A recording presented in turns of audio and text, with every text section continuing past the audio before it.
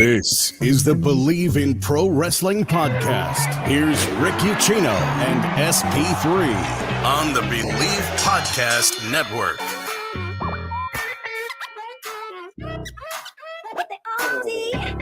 What is going on, good people? Happy Tuesday afternoon. This is the Bleav in Pro Wrestling podcast. A little belatedly. Sorry, got stuck in traffic, but I am here. I am safe. I hope you guys are having a great election Tuesday. Go out, make your voices heard. Appreciate you guys tuning into us to kind of get a break from all of the politics and coverage and this, that, and the other thing. No political ads here. None whatsoever. And thank God, SP3, they're going to be done after tonight because I am sick and tired of them. They're everywhere.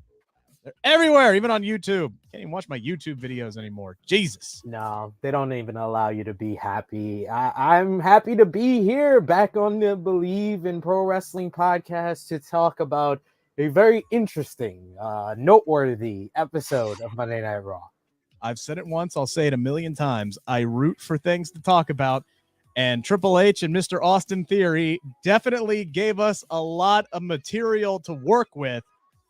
Just kind of setting the stage. If you missed it last night, not only did Austin Theory cash in his Money in the Bank briefcase for the United States Championship, but he did so on an open challenge stipulation.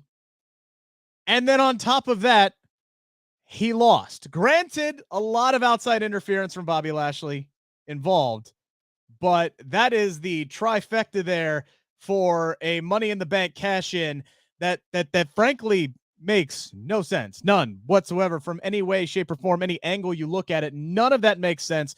We will dive into all of that. We had another big return last night. If you missed that, we'll dive into that. Triple H reportedly has an idea on who's going to finally dethrone Roman Reigns after a fantastic main event at Crown Jewel. We will try to figure out who that might be, and we are on the road to Survivor Series WarGames. The women's match is mostly set up, but we got a few openings, and I'm looking around at that roster, and I'm wondering, okay, who might be the people that could fill those spots? We'll get into all that. We'll get to your comments. First things first, got to thank our friends over at Bet Online. Basketball is back. The NFL is in full swing, and BetOnline remains your number one source for all of your sports. Excuse me. Sorry. Sports betting needs this season. You'll get the latest odds, team matchup information, player news, and game trends at BetOnline. And as your continued source for all your wagering information, BetOnline features live betting, free contests, and giveaways all season long. Always the fastest and easiest way to bet on all of your favorite sports and events. Head to betonline.ag. Join up today. Receive your 50% welcome bonus on your first deposit. Just use our promo code Bleav to get those rewards. That is BLEAV. Bet online, where the game starts. If you're joining us today, thank you so much. Make sure to hit that thumbs up button. Turn the bell on while you're here. That way you can get the notifications whenever we drop a video. And if you're new to the show, if you like what you hear, hit the subscribe button, guys. We're so close. We're so close. We're right at we're on the goal line of 500 subscribers. We're right there. And as soon as we get to 500, one of you guys is going to win $100 to either shop AEW or WWE shop. Your choice. Just check out my pinned tweet at Rick Ucchino, RICKUCCHINO. For those who are listening on TuneIn Radio or anywhere podcasts are available, check out my pinned tweet. Follow the instructions. Make sure you're subscribed. Somebody's going to win as soon as we get there, and we are ever so close. SP3, I laid it out there in the intro. What on God's green earth happened in the main event last night? We had seen Austin Theory on numerous occasions tease that he might be winning a world championship, only to be thwarted several times. And that, honestly, that was a good gimmick for him. Like, come down to the ring, figure out how he was going to screw it up that night. He teases cashing it in for the NXT championship. And instead last night, again, United States title, open challenge was an option, and he loses thanks to Bobby Lashley. I'm not going to say this is the worst cash-in ever, but it's definitely the most confusing.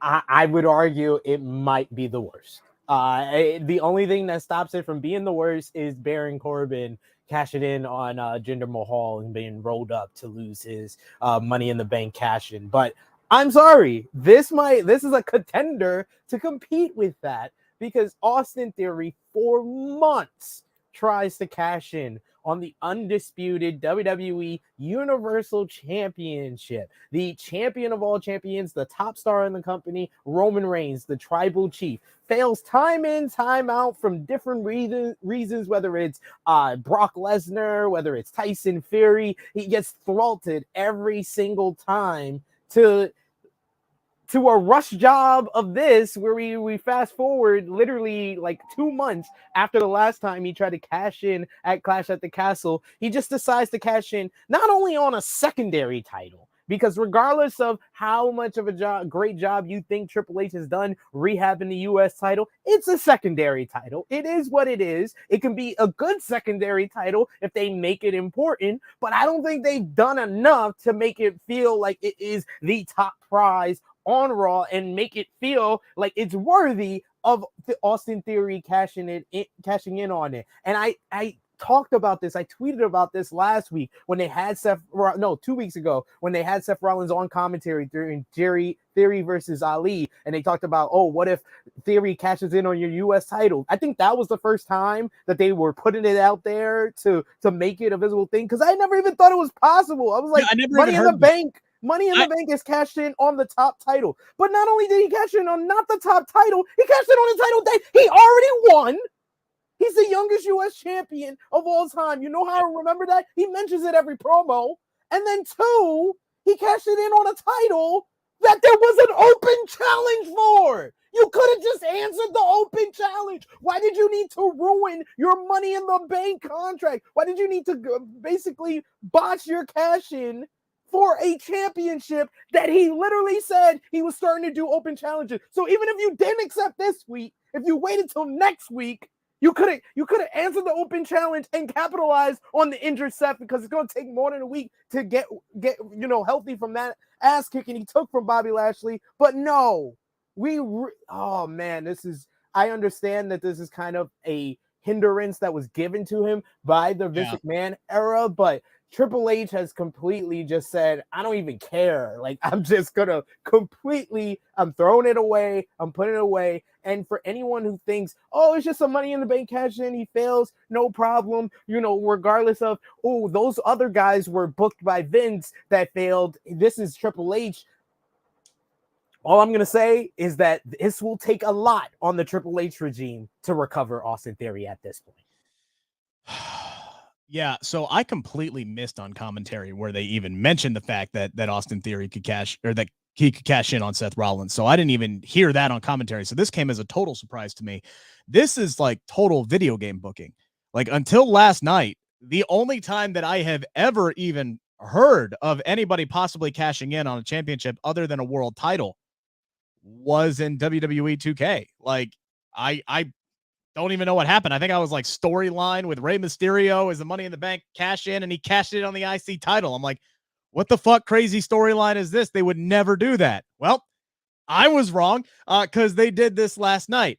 Okay, so I'm trying to play devil's advocate here and trying to make this make sense, and it doesn't, and it's just a total stupid ass thing to do. And the best thing that I can come up with here, and this may be me just doing what I normally do and digging down deep and trying to find meaning in bad booking, right? Maybe Theory's just an idiot.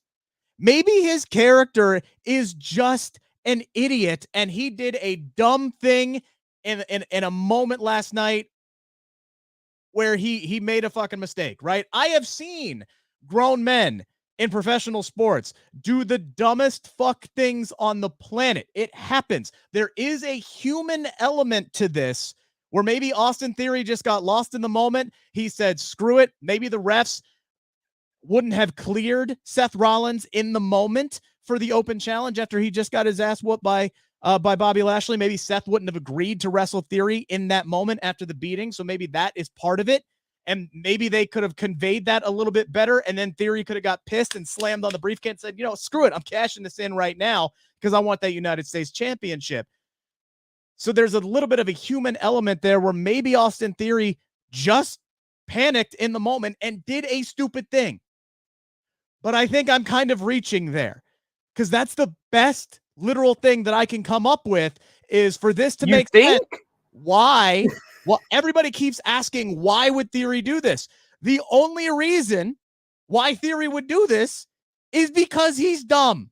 He's stupid. He made a terrible decision. I've seen grown men in NFL games get personal conduct pals that have cost teams playoff games. I have seen grown men in NFL games get pissed off at their opponent and take a closed fist and swing it at a dude wearing a helmet. Adults do stupid things in the heat of the moment. That is the best thing that I can come up with for why Austin Theory did what he did last night. Is he is stupid as hell. Character, I'm talking character-wise. That is, and this, at least to me, in this situation, would be so much better than the typical dumb babyface syndrome that we always get, where dude bro's about to win a match and it's like, what? Let me pay attention to this dude who's 16 feet away. Oh no, I took my eyes off my opponent and now I've lost. He still does that. No, No, you're acting like that doesn't exist anymore in WWE. It still exists. No, I know it exists. I'm saying I prefer this. No, over but that. this was the type of move that it doesn't make you upset and it doesn't make you think, oh, this character is dumb. That's the direction they're going. No, it's a dumb booking move. It's not a dumb wrestling move. If the guy was hurt, cash in Money in the Bank. Why not? If you don't care about the world title, even though you have the character, Austin Theory has repeatedly told us he wants to be the youngest ever undisputed WWE Universal Champion. So obviously he does. This goes against everything he says as a character. So therefore, once again, I think the booking is dumb. I don't think about the character at all. I just think the booking is dumb. You booked this guy to be a chump, to be a loser. I understand he had the stigma of, Vince McMahon. He was Vince McMahon's number one guy. No one liked him being Money in the Bank. Maybe he shouldn't have even won Money in the Bank. I was always for that argument. I didn't think it was the right time for him to do that because I didn't expect WWE to push him, and they just made me right. Old regime, new regime. At least the old regime was booking him properly to make him eventually feel like a Money in the Bank winner. And I like the idea and the story that came out from WrestleVotes and Give Me Sports about him holding on to the briefcase until the actual Money in the Bank pay-per-view. There was all different type of ideas I talked about with Dutch over the weekend. I was like, what if the Money in the Bank winner, the men's Money in the Bank winner happens earlier in the night, the world title's defended in the main event, and you have both Money in the Bank winners racing to the ring, and the one that won that night beats Theory, and Theory runs out of time, and that's how the story ends. There was a whole bunch of different ways you could have gone about it, and they even were alluding to it on commentary when I think Kevin Patrick said something about Theory, and Corey Graves was like, well, he has 365 days to cash in, so he still has plenty of time. I thought that was where they were going, and then they just completely just dropped all of that. So I don't think about Theory's character at all. I don't say, oh, he's dumb for doing that. No, I think Triple H is dumb for booking this. But in a nutshell, watching it, it was entertaining. It was an entertaining show, an entertaining angle. It's just long-term wise, I'm more questioning the new regime than I am Theory as a character. Yeah, I think there were a couple of things that were working against Theory in this situation, and I think a lot of it comes down to the fact that there isn't a world title on Raw. I think that ultimately is what hurt him in this situation, is because they weren't going to have Austin Theory beat Roman Reigns. It just wasn't going to happen, and I don't even know if Vince was really going to follow through on that. But this was one of those things that Triple H inherited. Theory was Mr. Money in the Bank, much like he inherited Liv Morgan as the SmackDown Women's Champion, because Money in the Bank had already happened. And of course, she cashed in like all of an hour later, because that's just what the women do under Vince McMahon's watch. Outside of Carmella, he inherited Liv Morgan as the champion. He inherited Austin Theory as Mr. Money in the Bank. And I think, maybe this has something to do with the fact that Triple H is just trying to get his ducks in a row for WrestleMania season, and he saw the Money in the Bank as an obstacle and decided to just go ahead and cut bait with it, which I don't necessarily agree is the right decision, because it definitely devalues the briefcase, which we'll get to coming up here in a minute when we hop into the 5 count. But yeah, man, this seemed rushed. This seemed unnecessary. And right now, next week, I need a promo from Austin Theory explaining his damn actions, because I have so many questions. Did this guy just decide to cut bait on trying to cash in with Roman Reigns because of the massive wall of defense that is the bloodline, and he thought he would never get the opportunity to seize the moment and beat Roman Reigns because of all of the obstacles that lay before him, and he thought his best option was to take out an already beaten down Seth Rollins. Okay, fine. I can almost accept that, but you got to tell me that, because right now this just feels like we're throwing this away and we're moving on because Triple H sees this Money in the Bank as an obstacle at this point.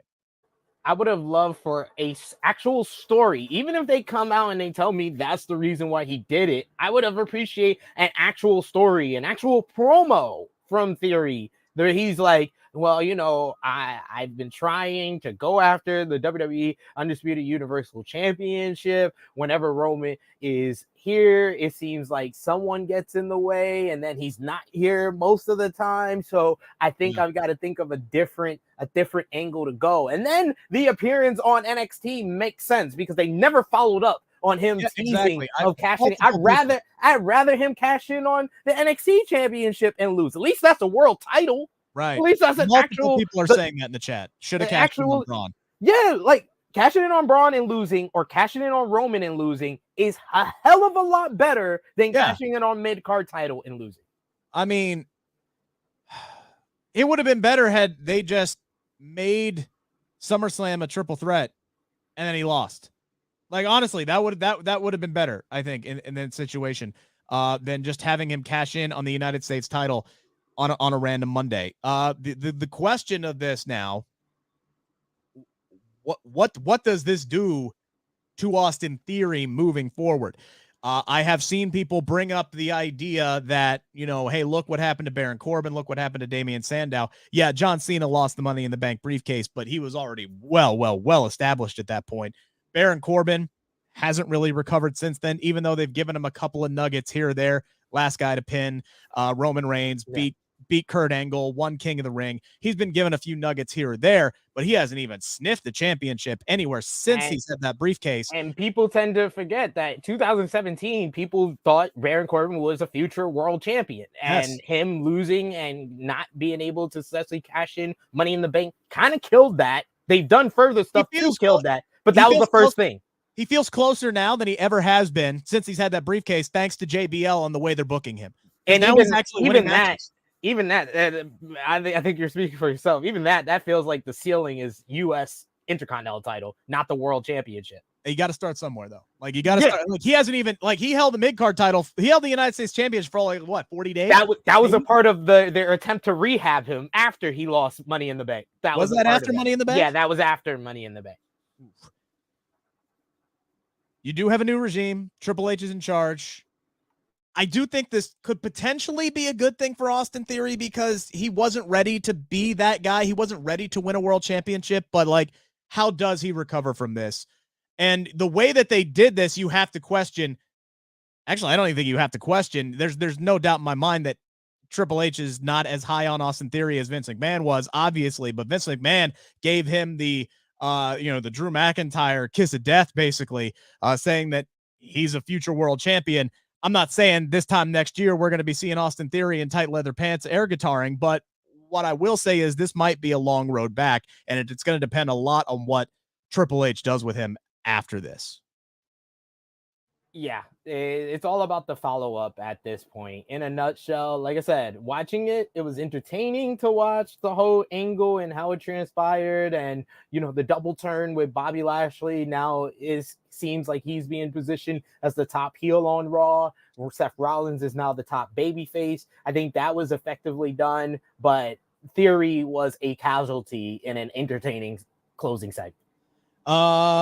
Mark Show saying that Theory could say he was answering the open challenge. Absolutely could not do that. He definitely slammed his hand on the briefcase 3 times and said, I'm cashing this in. So he can say whatever he wants, but there's no give backs. There's no take backs. That was a thing. It happened. It's in the past now.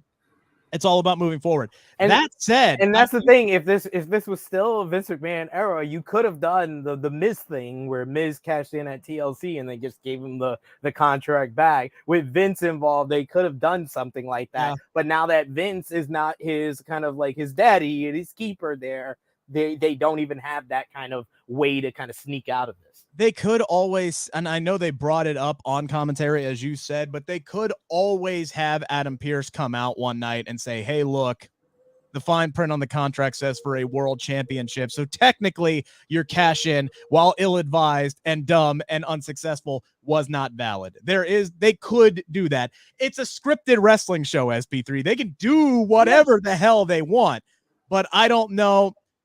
I doubt our reaction to it is going to make Triple H backpedal and put the briefcase back on Austin Theory.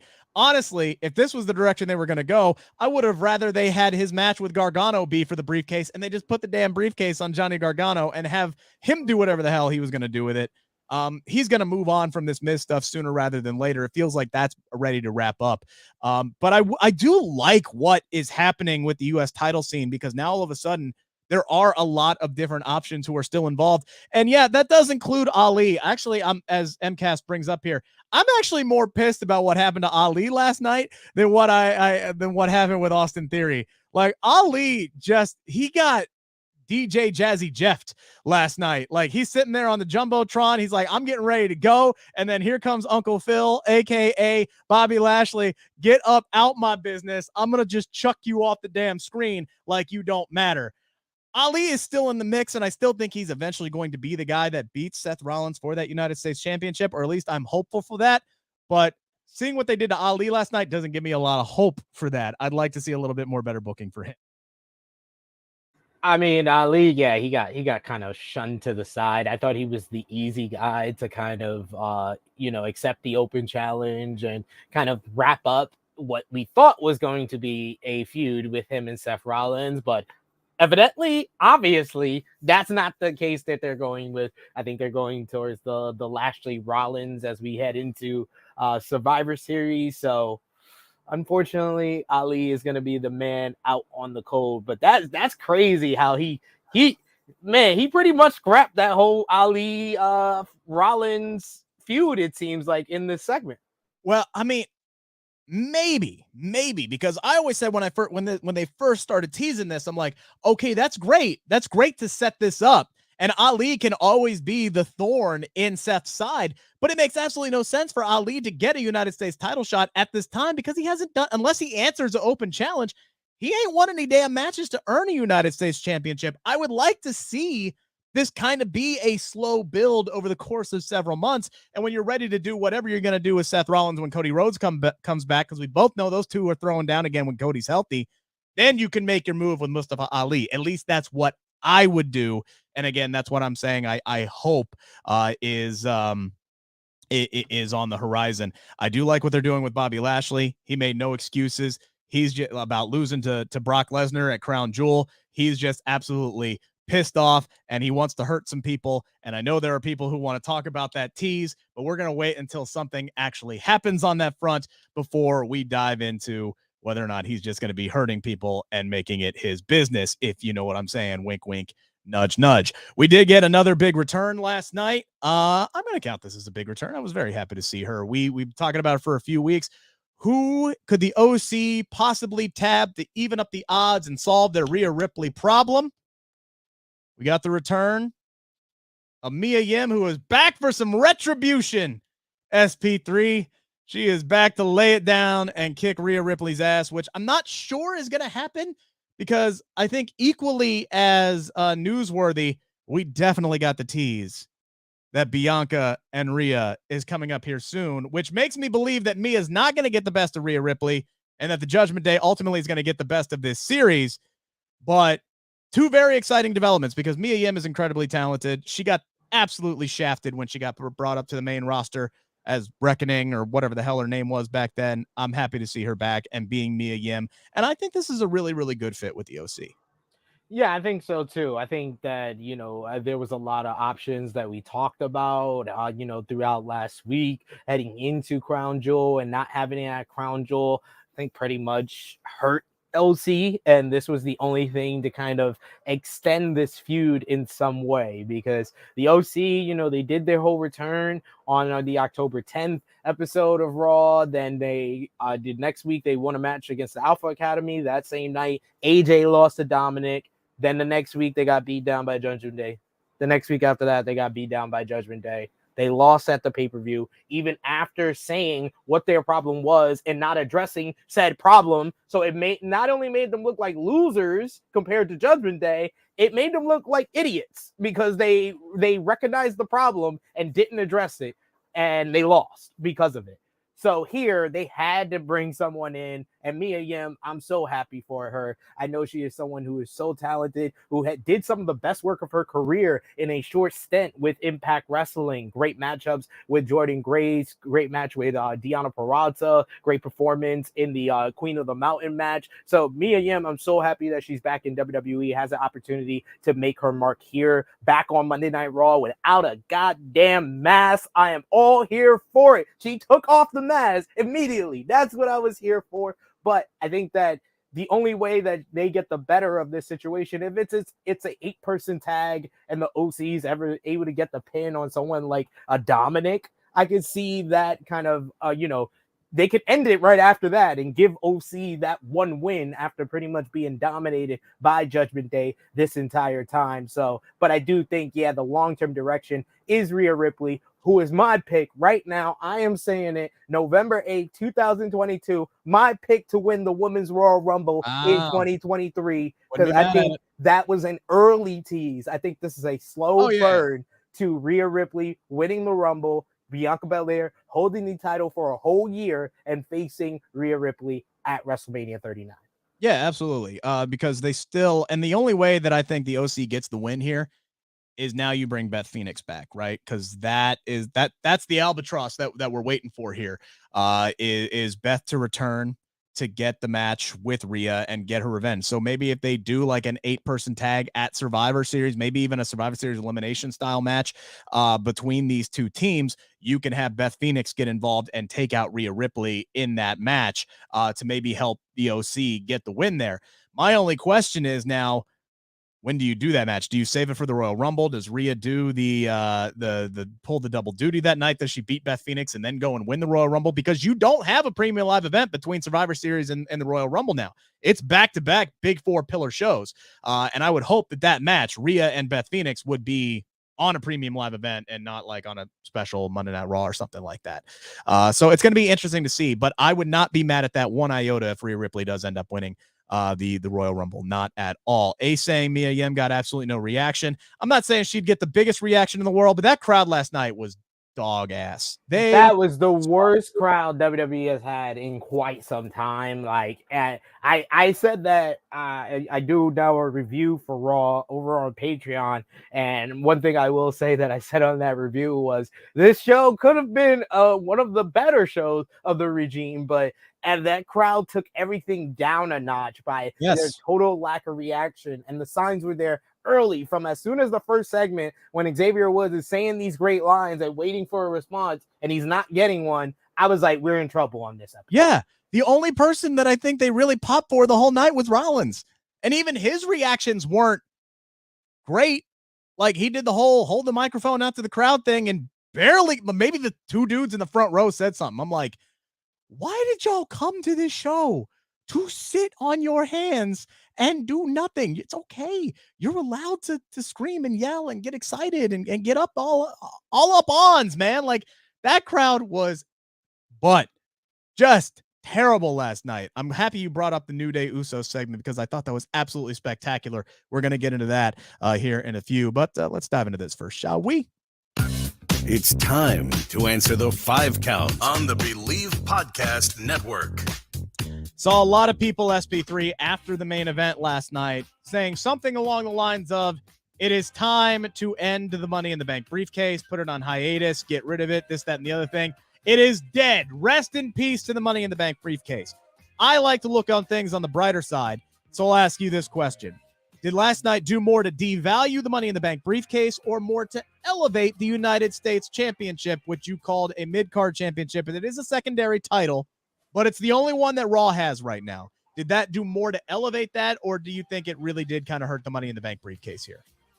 It hurt the Money in the Bank briefcase. I think the whole reign in general for Austin Theory hurt the Money in the Bank briefcase. Where this, in my eyes, was like the Big 5 pay-per-view. Now I'm at the point where I wouldn't just mind them moving it back to WrestleMania and not making it a pay-per-view anymore. If it means that they're gonna concentrate and actually think about for a minute who they want to have the briefcase heading into that show, and they can make out a plan for the briefcase holder to have a successful run, because it's been quite some time. It's been probably since Seth Rollins in 2014 since we had a legitimate strong run with the briefcase for the Money in the Bank winner. Some people will bring up Carmella, but I'm not bringing her up because that wasn't what I call preferably a great run because of the way she won the briefcase in general, but to each his own there. But yeah, I think it devalued the briefcase. I think they've done more over the last 3 months to elevate the United States Championship that this one angle didn't elevate it in the same way that it devalued the Money in the Bank briefcase.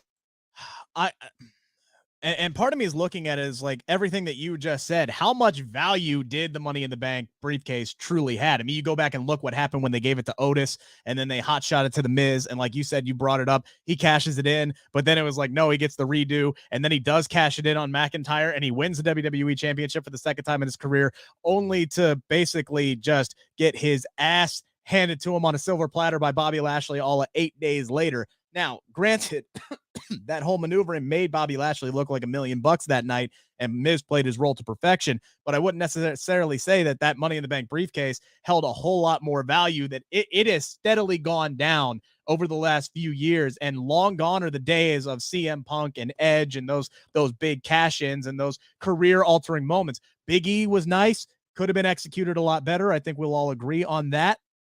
As far as his run with the briefcase and his eventual cash in and ultimately his world title run, could have been much, much better. I think if the Money in the Bank briefcase is going to continue, Triple H has to come up with a plan, like you said, figure out who he wants from an early stage, and then actually put some storyline into it. Not just, okay, here's your briefcase, and okay, in about 2 hours, Liv or Nikki or whoever the hell is going to win the women's briefcase, you're going to go out there and cash in, and you're the champion, and we're just going to move forward.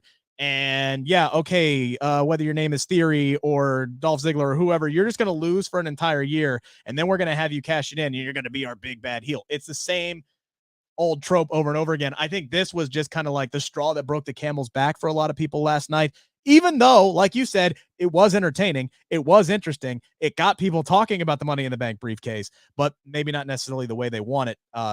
Triple H would want it to. I will say last night was a good night for the United States Championship.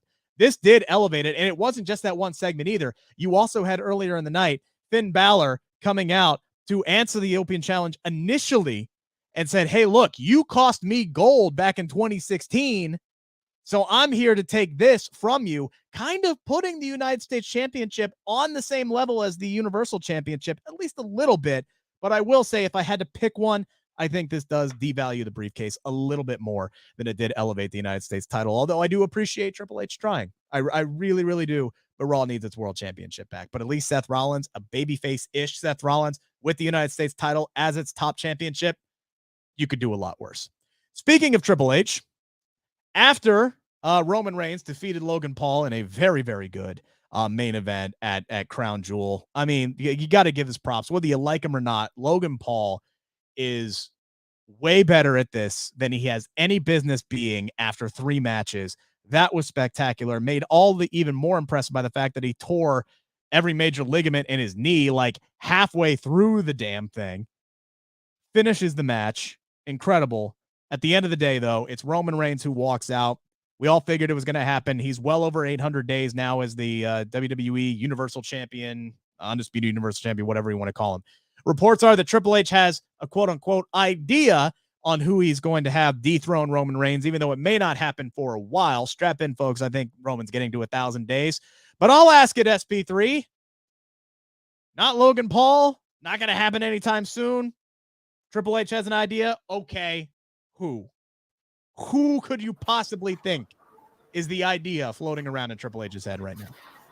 I think the reason why it's floating around is because there's a few people who are candidates, and two of which is the same ones that we said after WrestleMania when he became the undisputed WWE Universal Champion. I think that Braun Breaker has done a lot of improving over the last couple of months and arguably has had his best two matches in the last 3 months since Triple H has gone into power. His match against Tyler Bate at Worlds Collide, and then his performance in the Halloween Havoc triple threat with Ilya Dragunov and JD McDonough. It shows that he's ever improving. He has that presence, he has that charisma. He's a young guy as well. He's the type of guy that you can build around and instantly make if he comes up to the main roster and his first big thing is challenging. It's kind of like the Kevin Owens thing, bursting thing, challenging the top star and beating him and winning the undisputed Universal Champion. You just made yourself a new star.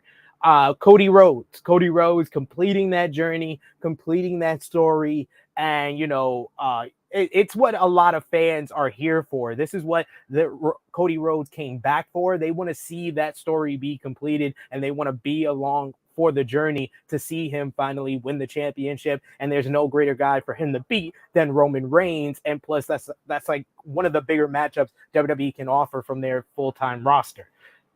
And then it's Sami Zayn.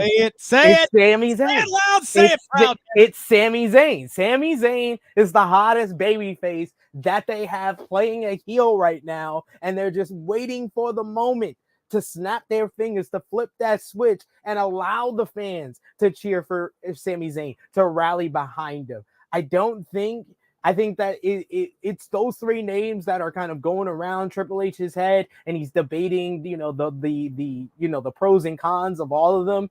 I think more of the story for Sami Zayn is about him and Jay. So I think that it would mean more for the overall story of Sami Zayn to reunite with Kevin Owens and end the longest run of the, the undisputed WWE Tag Team Champions that these Usos are on at WrestleMania. So that leaves the spot open for the other two. And me, even though I am a fan of Cody, I do want to see him complete it.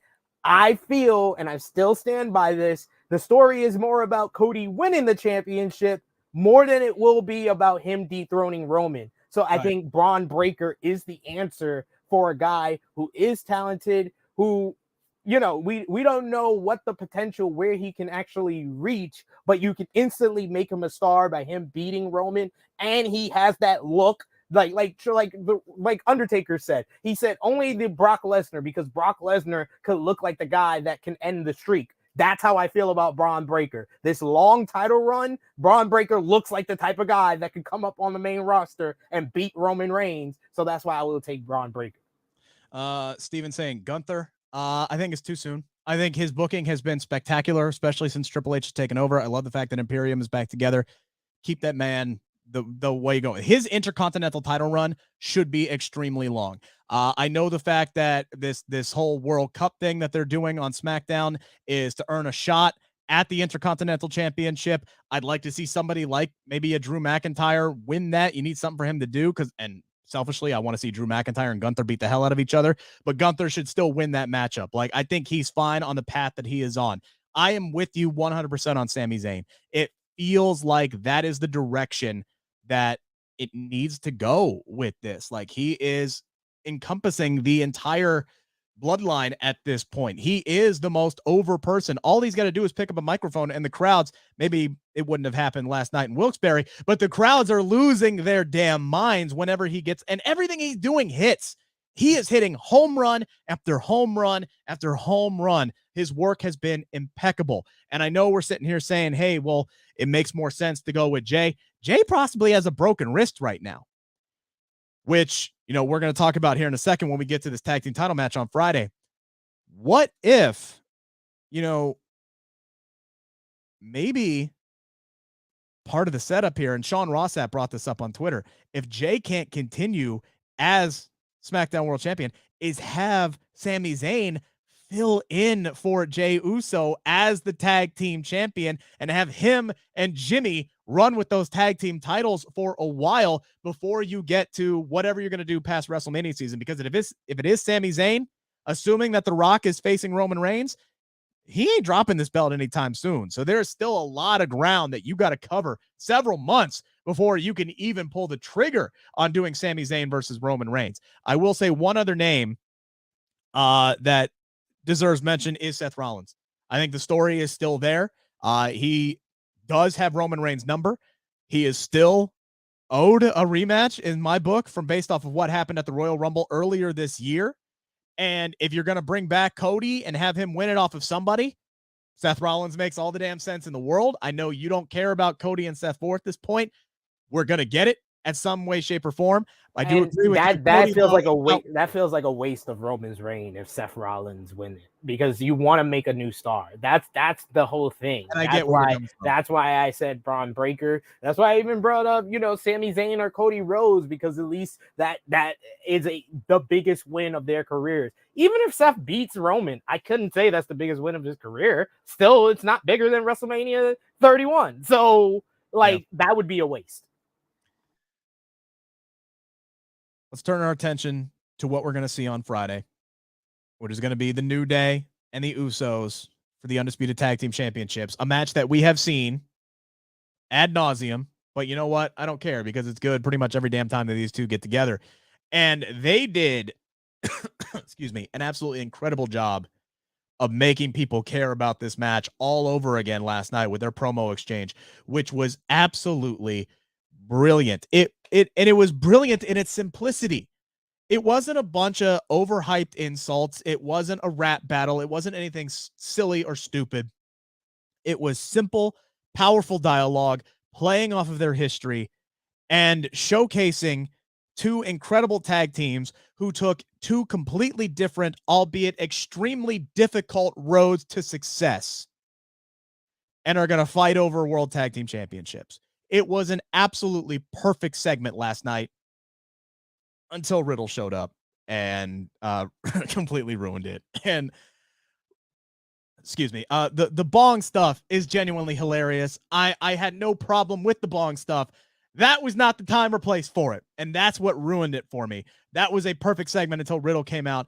It felt like square peg, round hole. Wasn't the right time for it, even though they're setting up a 6-man tag match. Regardless, this is a very intriguing matchup on Friday, because you have the Usos, or excuse me, the New Day, who are coming in there to protect their title reign, SP3, their title record. You have the Usos with Jay possibly being hurt with the broken wrist.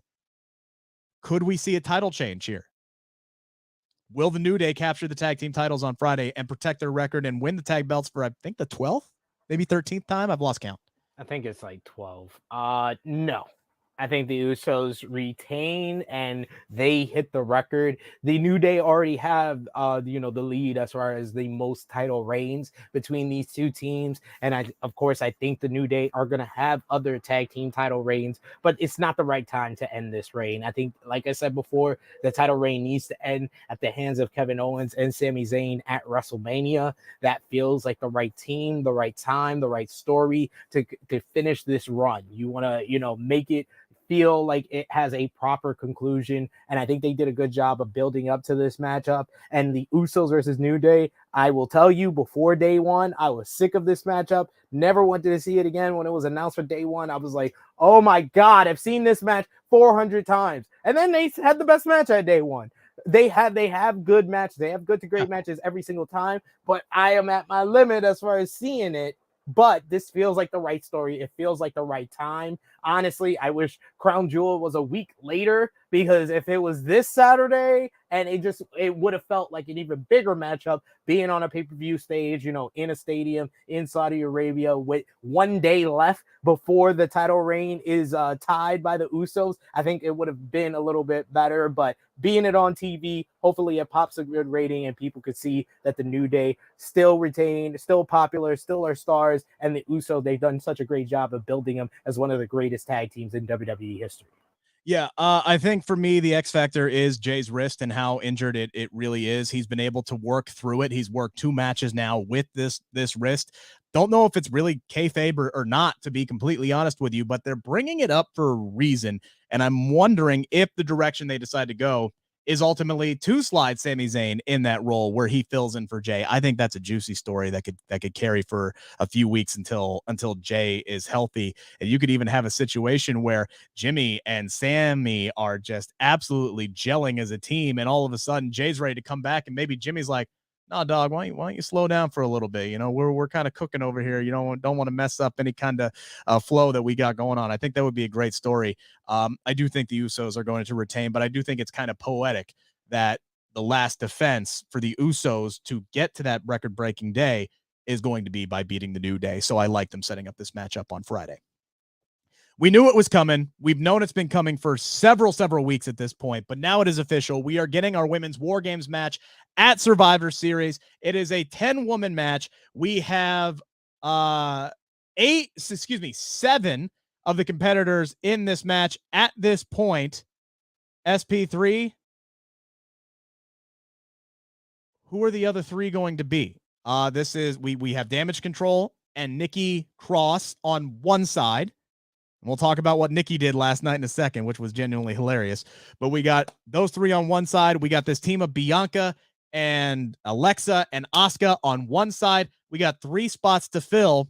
You look at the roster, though, not a lot of slam dunk choices. And I know a lot of people are going to look at the location where Survivor Series is going to go. Look at the fact that there are 2 open slots on the good side, and you know who they're going to point to. Who do you think absolutely shows up and actually wrestles in Survivor Series in WarGames? Of course, most fans are going to want the 2 slots on Bianca's team to be filled by Sasha Banks and Naomi. And I could definitely see that. It is in Sasha Banks' hometown of Boston. That's an easy pop, easy big pop. Wherever Sasha and Naomi return, they're going to get a huge pop. And Boston, it seems like that would be the biggest. But I think the story has kind of put different people involved, where I can see the last spot on Bailey's team. That's interesting, because Bailey could call up her friend, and that could be the spot for Sasha Banks as well. If they want Sasha to come back as a heel, I mean, she's still going to get a big pop regardless, but or they can add Bailey, someone. Just real quick, were Bailey and Sasha on good terms the last time that they were both active? I can't remember. I don't think they were.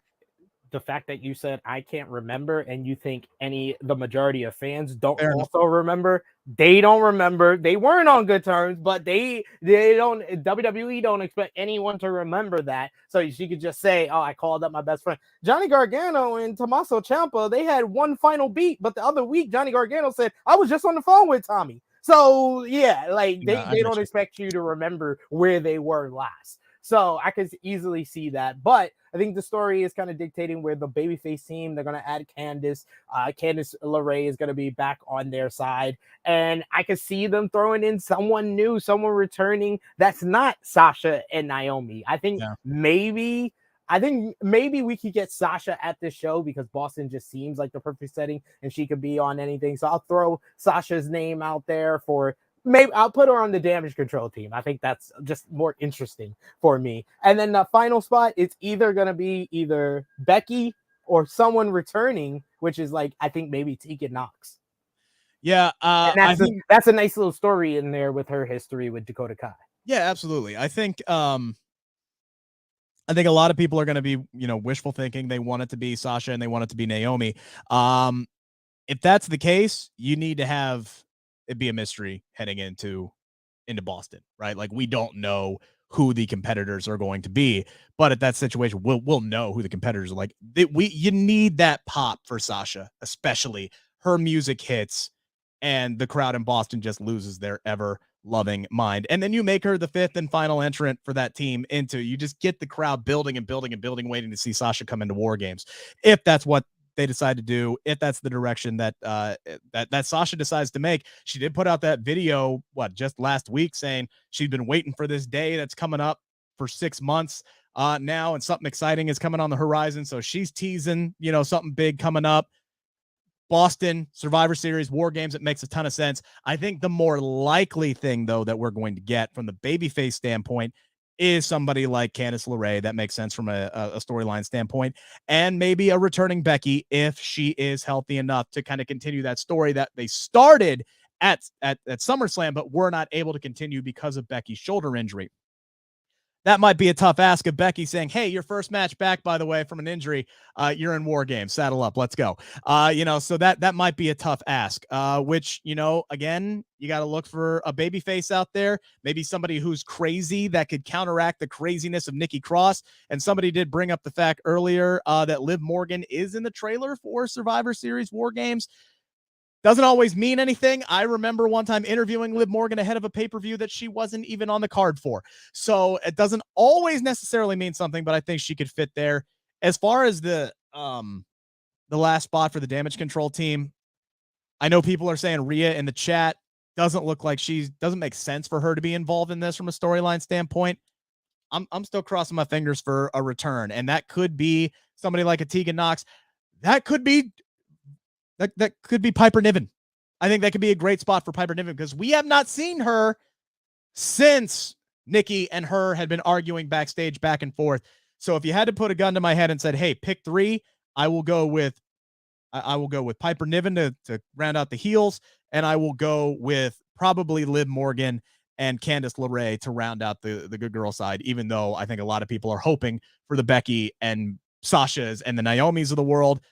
Charlotte, I don't know, Steven, if that's the way that for Charlotte to come in. Doesn't make sense for her to be involved in any of this either. So I think she's going to come back looking for Ronda in the SmackDown Women's Championship. I think that's when we're going to see Charlotte get involved in any way, shape, or form. Speaking of Nikki Cross last night, SP3, she won the 24/7 championship by beating Dana Brooke. It's the first time we have seen the 24/7 championship on anywhere other than a house show in months. Pretty much since Triple H took over. I kind of forgot it existed. I kind of hoped that it didn't exist anymore. And then Nikki wins the damn match last night in convincing fashion, which she should have. And then it looks like she didn't even care about the title.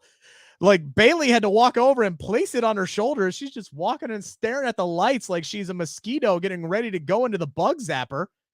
And then we go backstage and she just nonchalantly chucks the belt into the trash can, which was made even more hilarious by the fact that she completely missed the fucking thing. And it just crashes down on the ground and she does not care. Have we officially seen the last of the 24/7 championship? And was this an appropriate demise for this title if that was the case? I think we have seen the last of the 24/7 title. It seems too much like Triple H to do it in a random backstage segment the way they did. Totally missed the trash. It hit the floor. It was very obvious, and it seemed appropriate for the 24/7 title that's the end, that you try to throw it in the trash and it totally missed, just like the point of this entire title totally missed. So yeah, I think we've seen the last. It's a shame that he got hurt, because we were so close to my perfect booking for the end of this championship, in which somebody wins it, throws the damn thing. I said a dumpster, right? I said chucks the damn thing in a dumpster. And then we get R-Truth popping out with like a banana peel in his head and this, that, and the other thing, just covered in trash. He holds up the 24/7 championship. He jumps out. He screams, I got my baby back. He gives us a bell kick and he runs off screen. And that's the last time we see that championship ever. I think that would have been the perfect ending for that, with the fact that he's hurt, possibly with a torn quad at this point, could not do that. I think this was the perfect thing. And this elevates Nikki too, because Nikki is so much better than chasing or wanting or caring about that 24/7 title. It's almost like she did what Becky should have done when Becky was put in a 24/7 championship match, right? Like, now you can keep that damn thing. I don't care about it. Becky should have won the 24/7 championship and chucked it in the garbage because she's bigger and better than that. That would have been perfect for her character. I'm happy that Nikki did this. This title just absolutely missed the mark from day one. People were hoping that it was going to be the hardcore championship, and it just ended up being the roll-up title. I think if they had actually used it as more of the old 24/7 hardcore title, where, you could actually beat people by hitting them with kendo sticks and this, that, and the other thing, and actually made some fun with it instead of just being dumb, it would have worked a lot better. That said, it did serve a purpose. It got some people over. It got some people on TV that ordinarily wouldn't have been on television. And this sucks for them, the fact that this whole division is now going away. The Akira Tozawas, the Dana Brooks, the Where's Reggie? You know, the Reginalds of the world that really did their best to make this championship what it was and got on television. It sucks for them that it's gone, but this belt really served no purpose whatsoever. And yeah, it just needed to go by the wayside. And I know there are people out there tweeting, well, maybe they'll turn it into a women's secondary championship.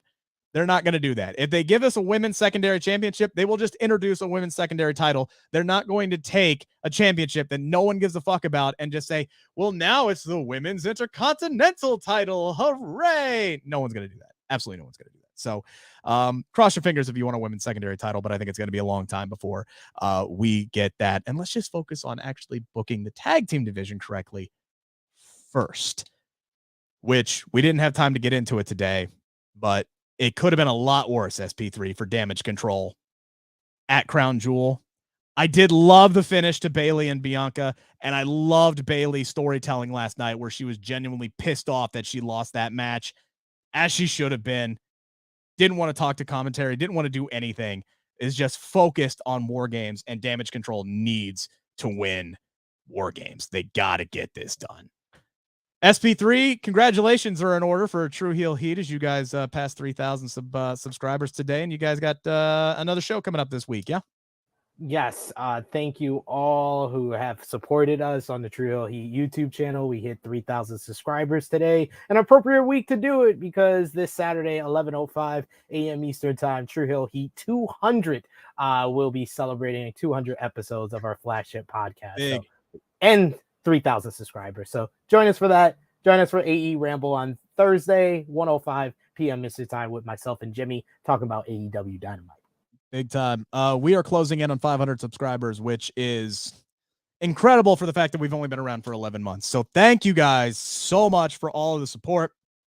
If you like us, tell other people about us, share it out. Again, once we get to 500 subscribers, somebody's winning $100 free cash money for Shop AEW or WWE Shop. Check out my pinned tweet at Rick Ucchino for all of the details. Thank you guys so much. SP3 and I will be back later on this week. We'll let you know when that's going to be because schedules don't always align, so we'll just do it when we can do it. We'll be back. Thank you guys so much. This is the Bleav in Pro Wrestling podcast brought to you by Bet Online.